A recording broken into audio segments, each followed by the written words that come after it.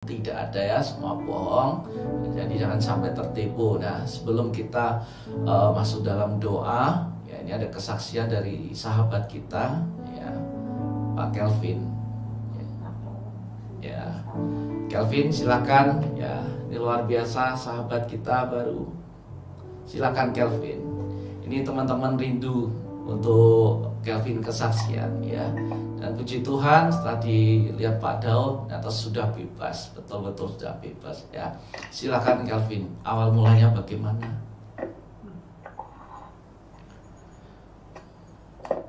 Pertama, shalom untuk Pak Pendeta, salam untuk semuanya.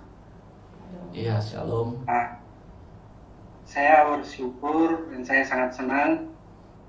Awalnya saya memang sedih karena memang mungkin ini cerita aib keluarga saya, tapi saya percaya mungkin menurut berkat cerita saya mungkin supaya orang-orang lain atau ada saudara mungkin yang supaya tidak terjadi seperti yang saya alami ini. Iya. Saya dari umur 10 tahun sudah belajar tentang ilmu. Saya sudah belajar di air terjun, bagaimana membelah air terjun, dan bagaimana cara untuk menyantet orang 3 hari harus mati di tempat. Itu saya lakukan dengan cara membeli pembeo, membeli boneka merah,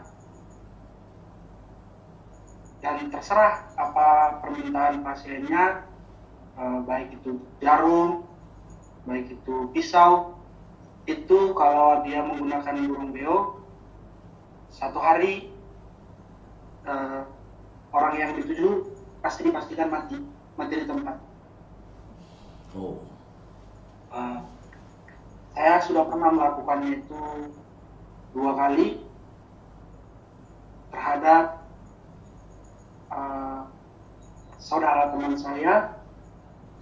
saya yang dua-duanya karena masalah harta warisan. Dia minta tolong sama saya.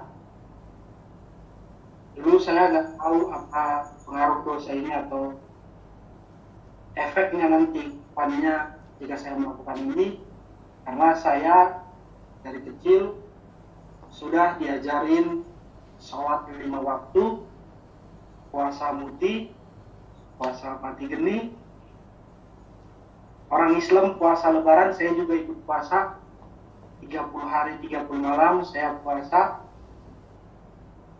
Dan sebenarnya umur saya yang sekarang ini puncak untuk mendapatkan ilmu tertinggi menurut ayah saya, yaitu dengan cara mencari orang gila untuk ditumbalkan, dan di setiap persendihannya itu bakalan diambil kotorannya untuk disajikan pada roh yang datang dari langit ketujuh. Tapi untungnya sebelum umur saya 20, saya sudah lepas dari belum setan, jadi saya belum mempelajari itu. Di umur saya 15 tahun, saya sudah belajar ilmu kebal, baik itu dari busi kuning, dari keris, dari perwayangan. Di tanah Jawa cuma ada 5 wayang yang terbuat dari kulit manusia, dan salah satunya ayah saya memilikinya. Wayang itu digunakan ayah saya untuk menyantet yang memang benar-benar sudah sakit hati, 7 keturunan habis digunakan dengan wayang ini. Tapi dengan syarat orang yang meminta untuk membunuh orangnya atau menyantet seseorang, dia harus menyediakan beras berkarung-karung untuk sumbangkan ke panti asuhan. Di situ saya berpikir mungkin di agama Islam itu apa yang kita berbuat, jika kita melakukan pahala, kesalahan kita itu bakalan ketutup. Itu menurut ajaran agama Islam yang ini yang dulu saya pernah pelajarin. Karena agama Islam diajarkan jika Anda sakit hati, jika Anda benci, itu ada duanya. Itu tertulis dalam Al-Quran dan itu nyata. Kita bisa mendoakannya. Lalu ada ilmu apa lagi ya, Kelvin, yang dipelajari?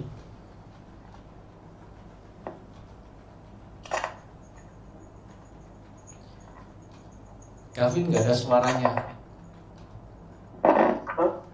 Ya, oke. Ilmu rantek sama ilmu kebal yang diambil dari bawah jembatan. Oh, suaranya hilang, Kelvin.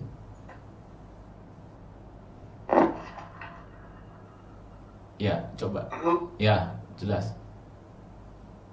Di Sumatera hanya dukun kembar itu kebetulan nenek dari ayah saya. Saya juga belajar ilmu kebal dari dia dengan cara melintasi sungai 7 hari 7 malam, gak makan gak minum, dan ujian terakhirnya berdiri di atas jembatan yang di bawahnya sungai deras. Jika kami ada 3 titik favoritnya, jika ada yang melihat salah satu buaya di bawah jembatan itu, harus lompat. Tinggi jembatan itu ke sungai itu ada sekitar 50 meter. Kita harus lompat. Ketika saya lompat, mulut buaya itu terbuka, Pak, untuk menelan saya. Itu fungsinya tahan dibacok, tahan segala senjata, sama tahan dibakar api, Pak. Dulu saya mencoba itu, berlatih terus, tapi ilmu itu panas di dalam tubuh saya. Jadi setiap ada orang yang melototin saya aja, itu saya mau ngajak ribut. Saya merasa tersinggung dia melihatin saya sendiri. Jadi setiap hari ibu saya pasti seminggu minimal 5 kali datang ke sekolah karena saya berantem. Dari yang teman saya pecah, bocor kepalanya, sampai yang terakhir dia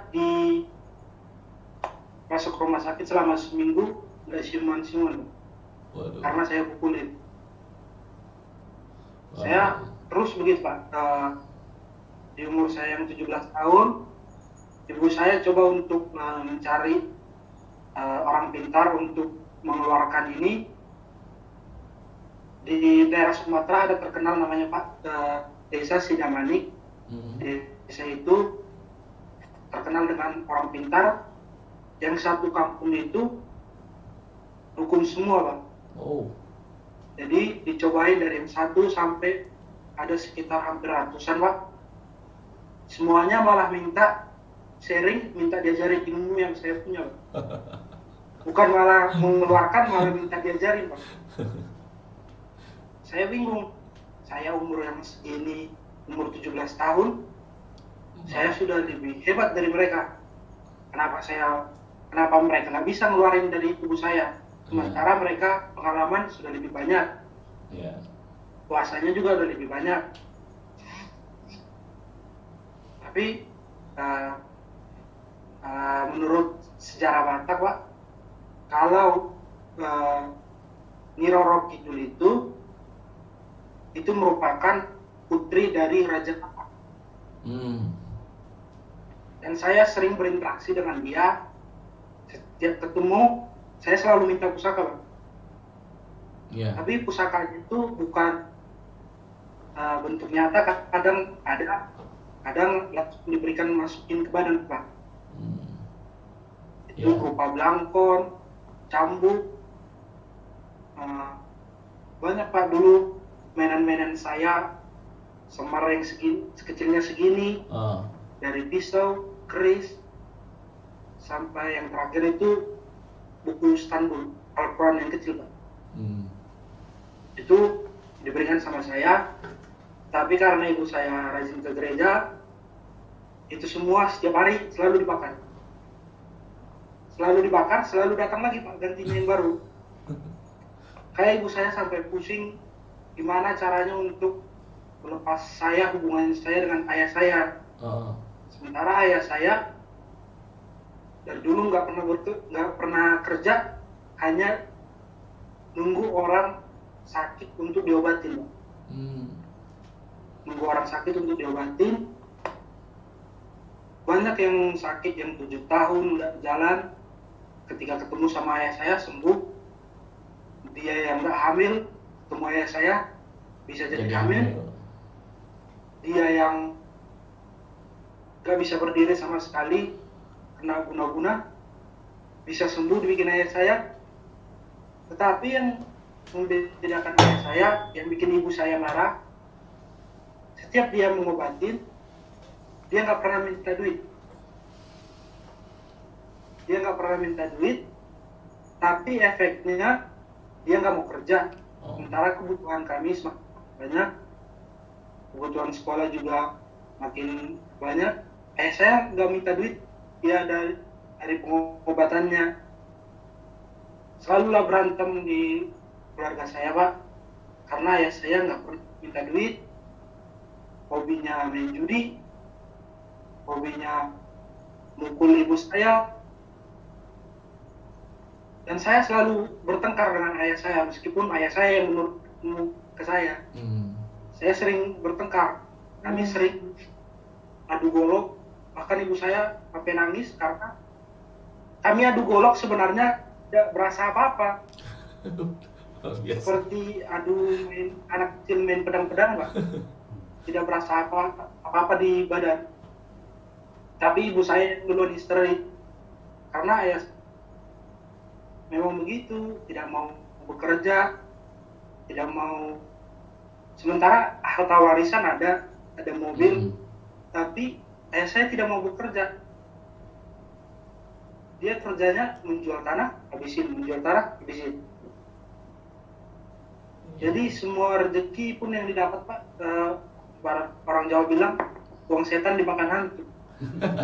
Seberapa banyak juga rezeki yang didapat, nggak pernah kelihatan. Di umur saya yang 18 tahun, ibu saya berinisiatif untuk memisahkan saya dari ayah saya dengan cara mengirim saya ke Jakarta, berharap saya berubah supaya saya tidak mengikuti ayah saya. Ternyata setelah saya sampai di Jakarta, rupanya di Pulau Jawa ini merupakan sarang induk ayah saya. Karena ayah saya sebenarnya Kristen dulu, masuk ke Islam 20 tahun, dia belajar dari Jawa Timur, Jawa Tengah, Jawa Barat, tapi ayah saya tinggalnya dulu di Blitar. Ayah saya mempelajari semuanya itu. Saya sampai di sini, saya disuruh sama ayah saya, kamu pergi ke Cilacap, Jawa Tengah, Desa Karanganyar. Di situ ada namanya Pantai Selatan. Kamu ke sana, lihat ada 7 kuburan. 7 kuburan ini yang merupakan penasehat Nyai Roro Kidul, 6 laki-laki, 1 perempuan, yang fungsinya beda-beda, tapi tujuannya sama, menyesatkan. Saya pergi ke sana, saya dikasih pusaka, orang Jawa bilang keris Nogo Sosro. Saya diberikan itu, sama ada seperti kain untuk sajadah, untuk sholat Pak. Itu keluar dari laut sendiri Pak. Keluar dari laut, itu terbang naik ke atas, begitu saya dulu hafal sampai syahadat agama Islam, saya tahu. Saya membacakan itu turun. Karena untuk menarik itu kita harus berantem dulu Pak sama roh yang ada di dalam benda itu. Kalau kita menang, dia milik kita. Kalau kita kalah, kita masuk ke dalam laut. Oh. Kebetulan saya menang, jadi mereka ikut saya. Ketika mereka ikut saya, mereka minta makanan yang nggak masuk akal karena saya belum bekerja. Mereka meminta berbagai macam bunga yang sulit untuk ditemukan di Jakarta ini, karena memang Jakarta bukan kembang. Mereka meminta yang aneh-aneh, tapi pernah saya coba dengan itu Wisnu Gososro itu Pak, untuk mengobatin orang yang sudah 8 tahun diguna-guna sama istrinya. Saya gunakan itu, sembuh. Di umur saya yang mau masuk 19 tahun, saya ketahuan sama abang saya bahwa di kampus saya banyak sesajen, banyak topeng-topeng, banyak wayang di kamar saya, yang sampai orang lewat kamar saya aja merinding Pak, karena kos-kosan kebetulannya Pak. Orang merinding. Ibu saya nangis ketika tahu saya masih melakukan ini, dan ibu saya minta tolong sama paman saya untuk itu semuanya dibuang. Paman saya memiliki ayah angkat yang merupakan pengobati juga Pak, dukun juga di daerah Tangerang. Saya dibawa ke sana.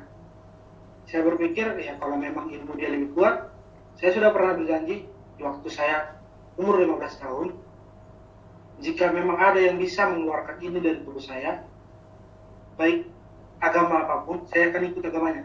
Oh. Saya berjanji di situ Pak.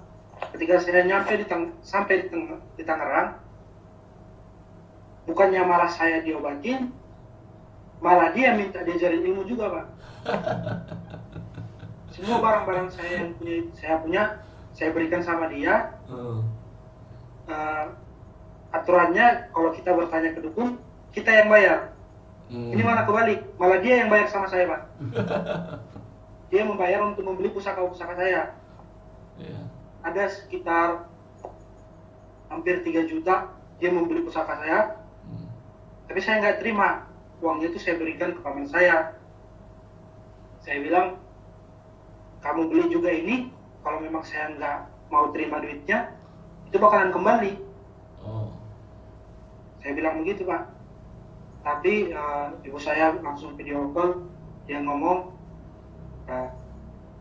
mau kamu apa?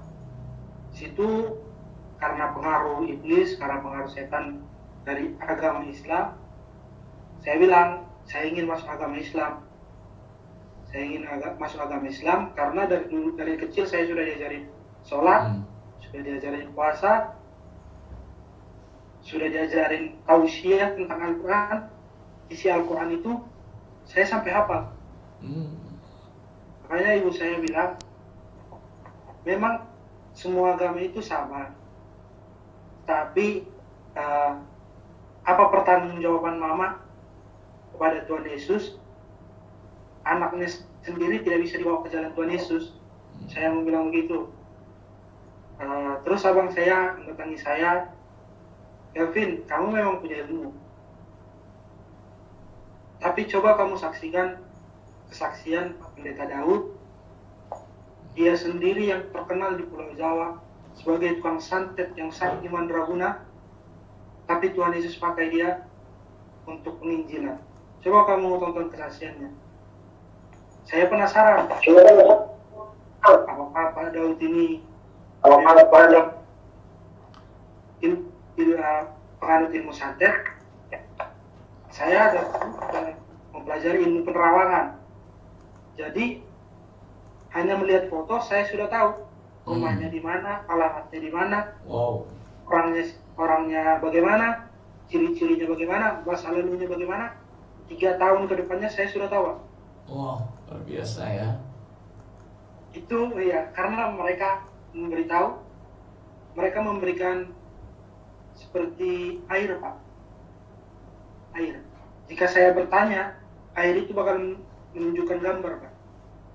Menunjukkan gambar yang 98% terbukti, Pak. Nah, ayah saya bilang, itu gunakan kalau untuk menerawang seseorang. Ya. Saya gunakan itu, saya melihat Pastor Daud. Ternyata memang benar.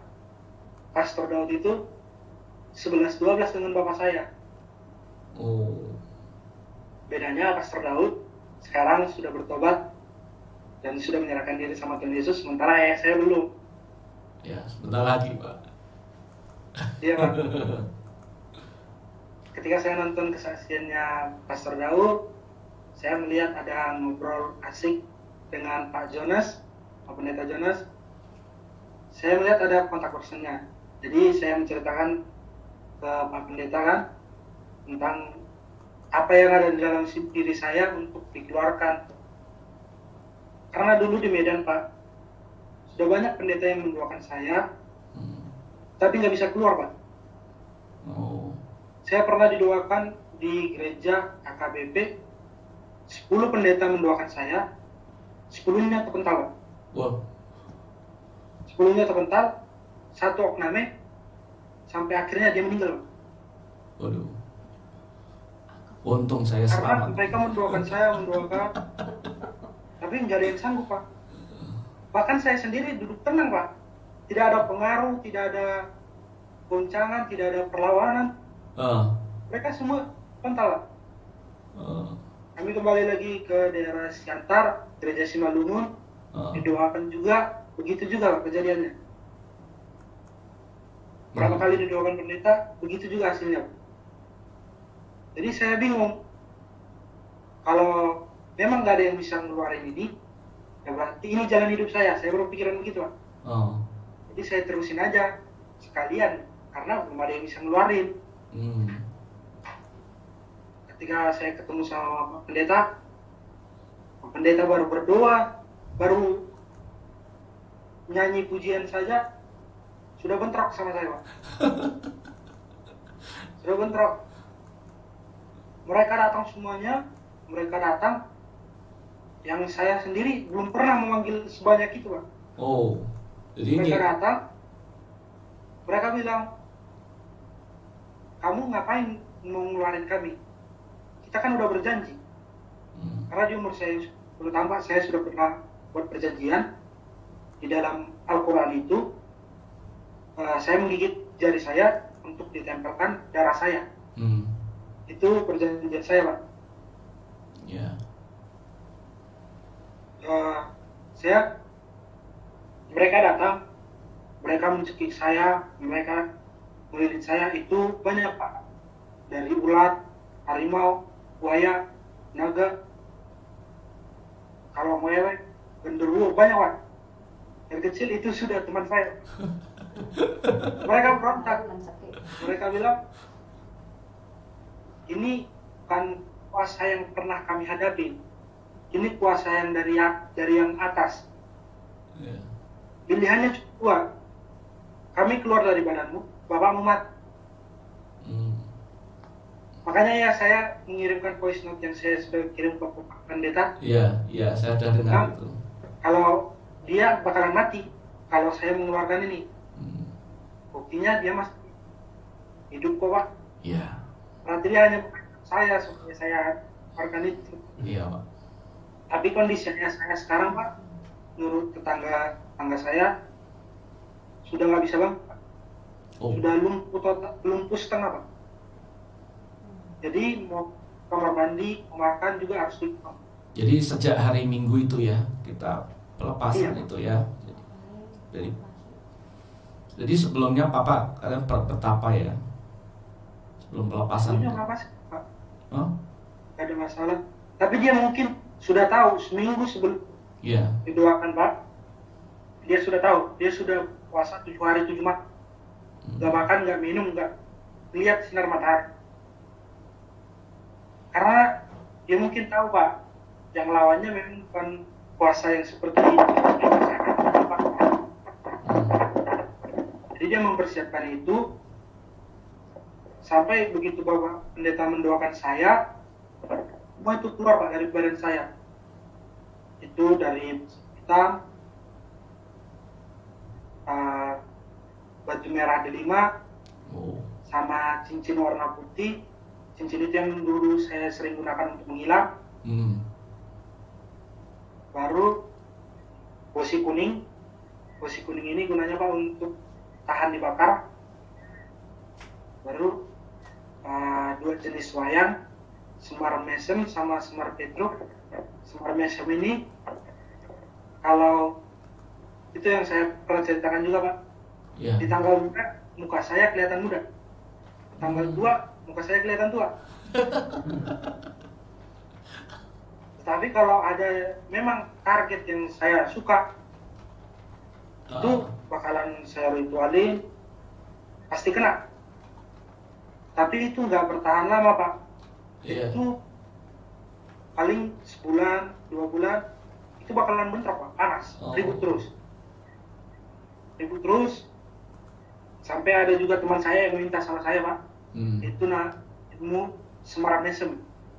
Semar mesem ini saya bilang jangkanya 10 tahun. Kalau dia nggak bisa mengontrol, istrinya bakalan gila. Dan kebetulan dia nggak bisa mengontrol, istrinya jadi gila. Istrinya jadi gila karena sakit jiwa. Ngeri ya. Kalau untuk benda-benda gaib itu Pak muncul sering. Ketika di jalan, di dekat saya, contohnya menjemput abang saya, tiba-tiba di samping saya udah mungkin Pak keris atau benda-benda gaib lainnya Pak. Itu sering diberikan sama saya. Tapi puji Tuhan, semenjak Bapak Pendeta mendoakan, bahkan untuk melihat dan mendengar saja saya nggak bisa lagi Pak. Puji Tuhan. Sudah mantra-mantra semua yang diucapkan ayah saya pernah mempelajari mantra sekitar hampir 300 lebih mantra Pak. 300 lebih mantra, dan satu pun sekarang saya ingat. Karena teman saya yang menemani saya waktu didoakan Pak Pendeta, saya kepala saya terbentur ke dinding berkali-kali, dan saya sampai lupa itu mantranya itu. Dan kalau mereka memaksa saya untuk mengucapkan satu kata seperti Bismillah untuk mengawalinya, ada suatu apa ya Pak, untuk menghambat saya untuk melanjutkannya. Ada suatu ibaratkan kayak portal untuk menutup Pak. Jadi saya nggak bisa melanjutkan untuk membaca mantra itu. Jadi sekarang mereka sering saat Pendeta mendoakan, mereka sering memberikan bantuan gaib Pak. Seperti saya naik motor, tiba-tiba ranting pohon jatuh di depan saya. Saya bawa motor, sekitar 5 meter lagi Pak, mau maju ke depan persimpangan, udah ada tabrakan. Tapi ya karena abang saya bilang, kamu dari masa pemulihan, setiap mau pergi kemana, kamu harus serahkan diri dalam nama Tuhan Yesus. Kuasa iblis kuat, tapi kuasa Tuhan Yesus itu jauh lebih kuat. Ya, saya berdoa Pak, manapun saya sekarang pergi, saya selalu berdoa. Jadi setiap apapun yang mereka, gangguan yang mereka berikan kepada saya, sudah duluan kena orang lain. Jadi bukan ke saya imbasnya Pak. Jadi gangguan-gangguan mereka tidak kena sama saya Pak. Kebetulan, saya kerja di dekat Tanjung Priok. Ya, setiap saya dapat angin laut kencang mungkin Pak, Hmm. Angin laut itu dan air itu Pak tenang. Tapi setelah saya pulang, laut itu tenang Pak. Oh. Makanya setelah saya melihat, jadi saya takut dengan pantai Pak. Karena kalau saya ke situ, takutnya mereka narik saya. Makanya saya nggak berani dekat sama pantai. Karena dulunya saya belajar ilmu begituan, semedi Pak. Semedi itu di pantai, kita harus menyiapkan batin untuk ketemu. Itu Pak puncaknya. Puncaknya itu kita harus ketemu sama Nyai Roro Kidul. Yeah. Kalau kita udah ketemu sama dia, kita bakalan diberikan pusaka yang kita inginin dan kegunaannya gitu Pak. Yeah. Saya pernah sebenarnya ilmu ini sebenarnya adik saya yang Pak. Tapi ketika umur 8 tahun saya melihat itu Nyai Roro Kidul turun di depan kami Pak. Dia ingin masuk dalam tubuh adik saya. Saya bilang kayak saya, kalau memang mempunyai niat menurunkan, jangan kaki karena perempuan fisiknya tidak kuat. Saya bilang begitu Pak. Yeah. Kalau memang Bapak punya niatan itu, turunkan aja sama. Cocok nggak cocok, paksakan aja. Daripada Bapak menumbalkan si adik yang si umur 5 tahun perempuan. Saya setuju. Semenjak dari situ saya diajarin berbagai ilmu Pak. Bahkan ilmu untuk ngerampok juga saya pernah diajarin Pak. Caranya membuat di rumah itu bisa terus Pak. Bahkan kita mencongkel rupanya itu sampai bagaimanapun orangnya bakalan. Tapi puji Tuhan saya nggak pernah ngerampok Pak. Puji Tuhan ya.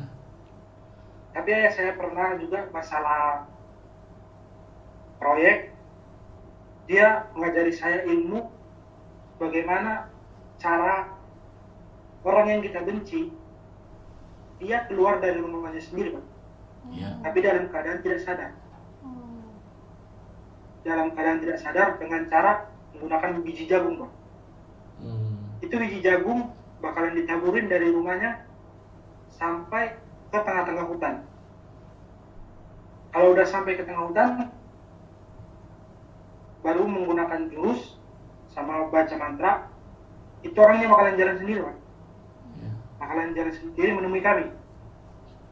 Ketika udah di hutan, di situ saya pertama kali melihat ayah saya mencincang manusia.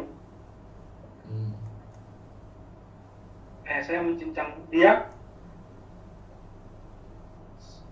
Di situ saya sempat trauma karena melihat pembunuhan yang nyata di depan mata saya. Saya trauma dan sekolah 2 minggu karena masih terbayang-bayang. Tetapi ayah saya mengingatkan, di dalam menuntut ilmu seperti ini, kalau kamu takut, kamu bakalan dimakan sama mereka. Kalau kamu ingin menjadi yang paling nomor 1, jika kamu paling ingin menjadi orang jahat, jadilah setan. Jadi orang baik tetap juga ujungnya ke setan Pak. Jadi baik atau jahatnya ilmu itu sebenarnya sama Pak, menuju setan. Tujuannya sama. Jadi kalau ada orang yang penyembuhan, kakinya sakit 7 tahun gak sembuh-sembuh, itu menurut saya ilmu itu penipuan Pak. Oh. Karena Penipuan, ya. Yang sakitnya itu dipindahin ke tubuh yang lain. Oh. Jadi makanya saya ketika ada orang pintar yang batin, saya nggak percaya. Karena sakitnya itu bakalan dipindahin. Oh. Contohnya, kayaknya sakit 7 tahun nggak bisa jalan, itu dipindahin ke anaknya. Kalau nggak ke cucunya, itu bakalan dipindahin. Yeah. Jadi sebenarnya bukan disembuhkan, pindah. tapi dipindahkan Pak. Makanya saya belum percaya Tuhan Yesus karena mereka selalu ada di hidup saya Pak selama 18 tahun. Tapi untungnya mengingatkan saya, coba tonton kesaksian Pendeta Daud, kita sharing gimana nanti kalau memang ada jalannya pasti Tuhan Yesus memberkati, ilmu kamu bakal keluar. Tapi puji Tuhan, saya senang Pastor Daud mengatakan bahwa saya sudah benar lepas. Amin. Karena mungkin Pak, saya memang sudah lepas. Tapi kalau melihat orang Pak sekarang, saya bisa melihat kayak seperti bayangan-bayangan begitu Pak. Sama seperti yang dikatakan Pastor Daud tadi, ketika Bu Reva tadi ya, didoakan, ada bayangan hitam, itu saya lihat. Tapi ya, saya berdoa supaya saya benar-benar mau lihat begituan lagi Pak. Yeah. Karena muka mereka itu jelek, gak ada yang bagus. Lalu berbunuh darah, lalu berbusuk, dan mereka itu seperti mengejek Pak. Mengejek karena manusia kan kalau rasa takutnya lebih kuat daripada imannya.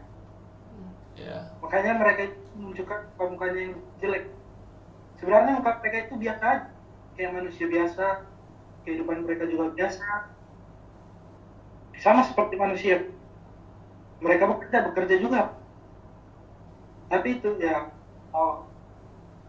kita takut, mereka jadi berubah wujud. Berubah wujud sesuai dengan ketakutan kita itu. Kalau kita semakin takut, semakin jelek rupa mereka. Tapi karena saya sudah biasa ya, jadi saya kan nggak terlalu pikirin. Karena muka mereka gitu aja tuh. Tapi puji Tuhan, sekarang saya tidak bisa melihat, saya tidak bisa mendengar. Mungkin sesekali bisa melihat seperti yang tadi saya melihat didoakan tadi di dalam rumah orang tua. Saya melihat Pak, orang tua itu karena dia di situ aman, karena belum ada yang bisa ngusir. Yeah. Karena mereka itu meskipun didoakan, akan dia doakan.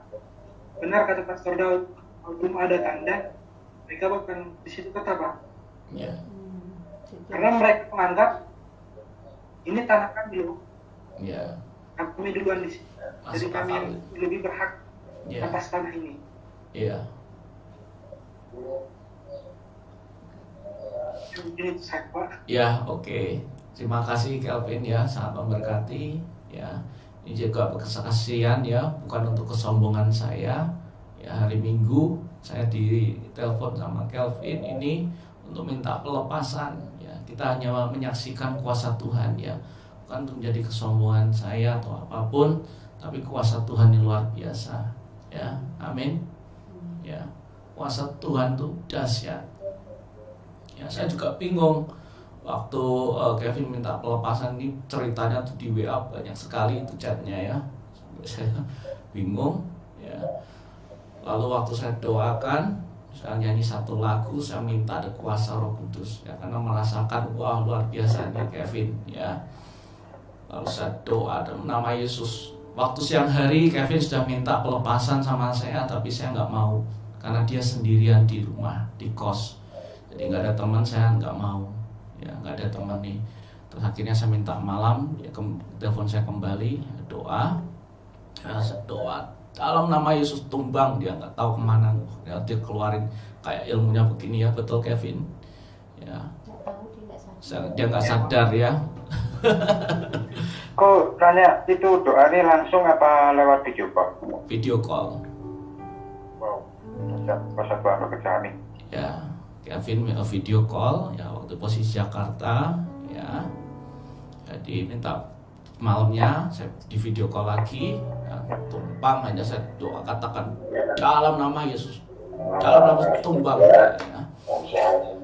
Ya itulah kuasa Tuhan ya, dan Kevin pernah berjanji bahwa agama siapapun yang bisa menghilangkan ilmuku aku mau ikut ya, puji Tuhan ya, Kevin ditangkap Tuhan ya. Kevin banyak baca Alkitab, banyak doa ya, dahsyat, bahkan Tuhan akan pakai Kevin nanti, amin ya, seperti Pak Daud mungkin ya. Maju terus Kevin.